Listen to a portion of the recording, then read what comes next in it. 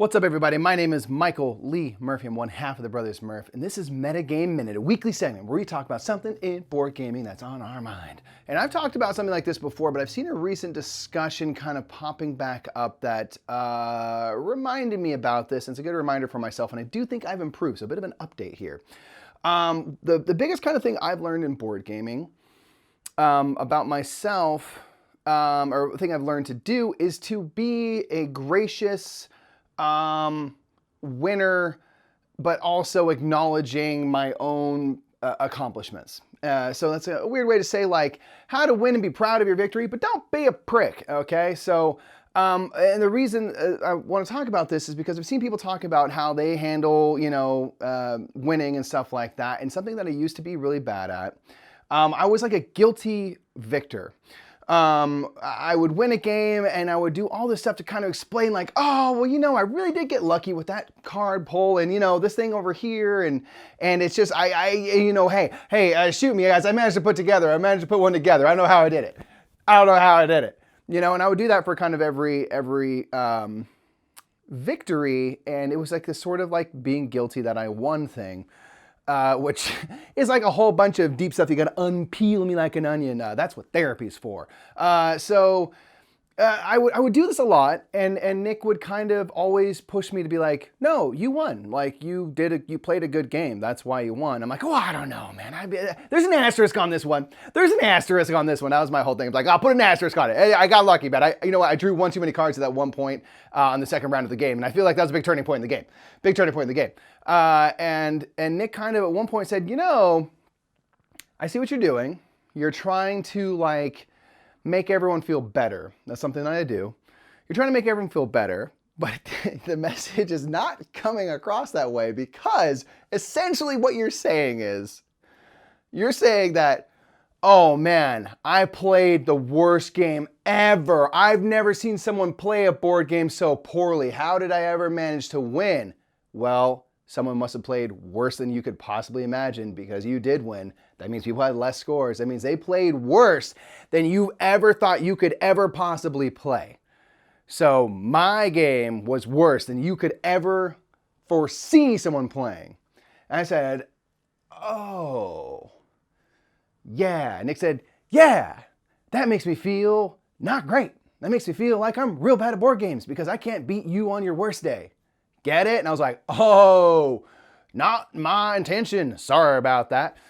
So it's something that I've tried to like say, look, just if you win, be like, wow, I did really good. You played good too. That's a good way to do it. And be like, oh man, that was a great game. I think we all played so well. And this is tight battle and this and this and this. And it was back and forth. And I got lucky on that one draw. But man, that could have been you too. And you could do it in a way where you're essentially putting across the same exact message of like, wow, I didn't think I was going to win that because we were having at it. But it's not just like, I'm the worst.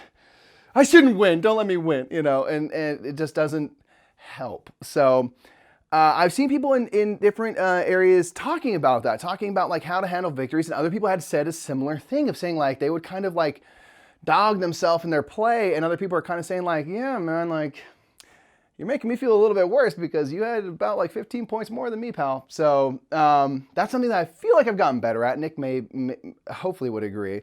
I've been really trying to say like, look, I'm good at board games sometimes.